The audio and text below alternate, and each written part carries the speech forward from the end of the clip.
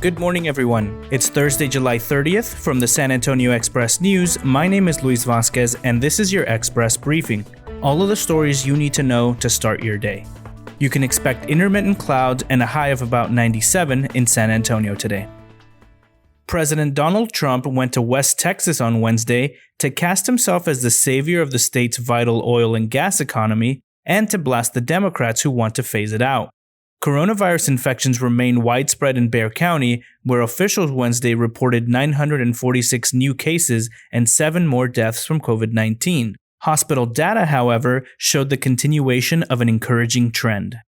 And Mayor Ron Nirenberg and Bexar County Judge Nelson Wolff wrote a letter to Governor Greg Abbott asking him to get involved in the debate over whether local health authorities should be able to close schools because of the coronavirus.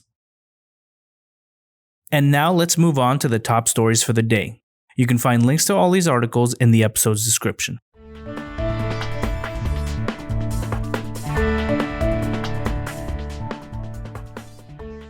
With the end of additional unemployment benefits looming and a stimulus package still in congressional crossfire, the San Antonio Food Bank is gearing up for another surge of hungry families.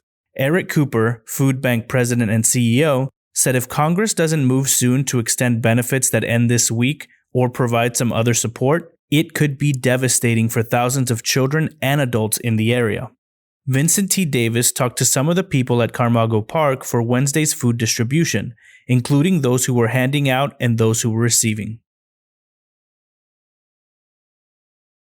More than a third of women at Fort Hood surveyed by an Army Inspector General said they have been sexually harassed, according to testimony during a congressional hearing on the death of Vanessa Guillén, a soldier who told friends and family that she was harassed by a sergeant on the base in the weeks before she was killed. The inspector at Fort Hood found that surveyed respondents did not trust their immediate supervisors to handle a sexual harassment or sexual assault incident. U.S. Rep. Jackie Speer, a California Democrat who chaired the hearing on Wednesday, said during the questioning of Colonel Patrick Wempe, Inspector General of the U.S. Army Forces Command. Benjamin Wermund has more on the Inspector General's reports and its findings. With 6 months left until the San Antonio Stock Show and Rodeo is scheduled to take over the AT&T Center grounds, students across the city are already working diligently to get their steers, heifers, pigs, and other livestock ready for show. Should the worst happen, though, and the event be canceled, there are few options for kids who have spent months and thousands of dollars raising animals for the hope of earning money for school. Richard Marini takes a look at the money involved in raising prize-winning animals and why the parents say the benefits their children accrue from raising show animals still outweigh any potential financial losses. Donald Mason can't say that the impact of the coronavirus pandemic on the nonprofit music institute he runs was a blessing, not even one in disguise. That doesn't sound right. But the pandemic did force Classical Music Institute to act quickly and grow faster than it imagined it would in a short time. Elena Ayala explains how the resident company at the Tobin Center for the Performing Arts did it.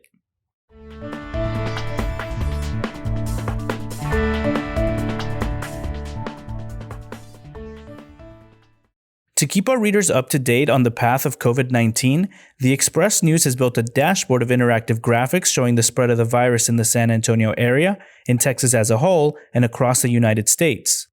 We've also created an interactive map of San Antonio for COVID-19 testing sites that don't require a doctor's referral. You can find a link to the dashboard and the interactive map in this episode's description. Next up are your need-to-know headlines. You can find all of these headlines and more inside your Express News subscription.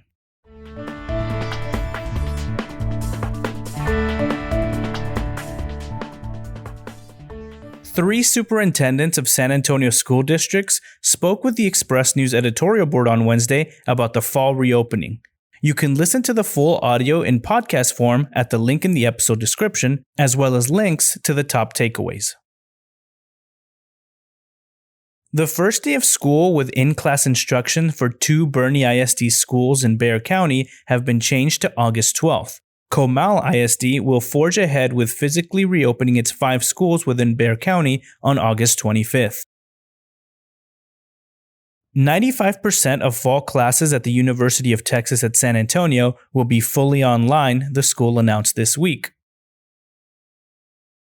The Bank of San Antonio disclosed Wednesday that it uncovered a $13.2 million Ponzi scheme-style fraud involving a former employee of a subsidiary who's accused of inducing the bank to purchase worthless receivables from various businesses. A developer's attempt to move forward with plans for a controversial townhome complex in the River Road neighborhood was stymied again on Wednesday. San Antonio's unemployment rate continued to decrease in June after April's record high, but the ongoing surge in COVID-19 cases, combined with uncertainty about schools and business reopenings, could challenge the city's economic recovery. In the hours after a Minneapolis police officer killed George Floyd, many businesses were faced with a decision about how to respond to a national reckoning. Looking to protect their brands, corporations have largely embraced the Black Lives Matter movement. Two Texas Republicans headed to join President Donald Trump during his trip to Midland on Wednesday were forced to back out after testing positive for the coronavirus. The Express News editorial board writes, quote, "It's paramount the TEA allow local school districts flexibility in bringing students back into the classrooms." Texas colleges, including Texas A&M University, University of Texas at Austin, and Rice University, have announced efforts to test for COVID-19 on their campuses as a part of their plan for a safe return this fall amid the pandemic.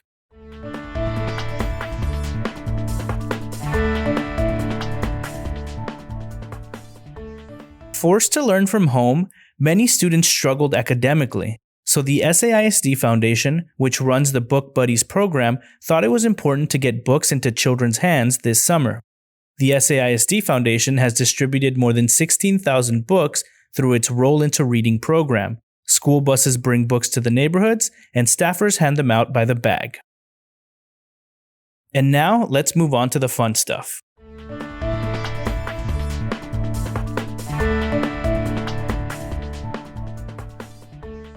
This week, we present the third installment in our Summer Kitchen Travel series with a stop in some of Napa Valley's best-known restaurants, bars, and wineries. We're showing you how to make the French Laundry's gazpacho, Soul Bar's ceviche, Model Bakery's English muffins, and more. Multifaceted Woman, a new work by San Antonio artist Kelly O'Connor at McNay Art Museum, combines images from the movies and vintage ads to examine female roles in corporate culture. Also from the McNay, Robert Luna, a staff member, prepared his own exhibit, which will be on display through January 3rd. The team's leading scorer, DeMar DeRozan, has found himself in a different element in Orlando in ways that go beyond crowdless games and coronavirus precautions. Jeff McDonald has the latest on the Spurs in the Orlando bubble. The University of Texas Board of Regents is currently weighing whether to limit attendance at Royal Memorial Stadium to 25% this season, Interim University President Jay Hartzell announced on Wednesday. And that's all for today. This was your Express Briefing. My name is Luis Vasquez. Please consider becoming an Express News subscriber to get in-depth coverage on all the stories you heard today. Also, be sure to rate and review this podcast inside your Apple Podcasts app, as it really helps the show. Have a wonderful day, everyone.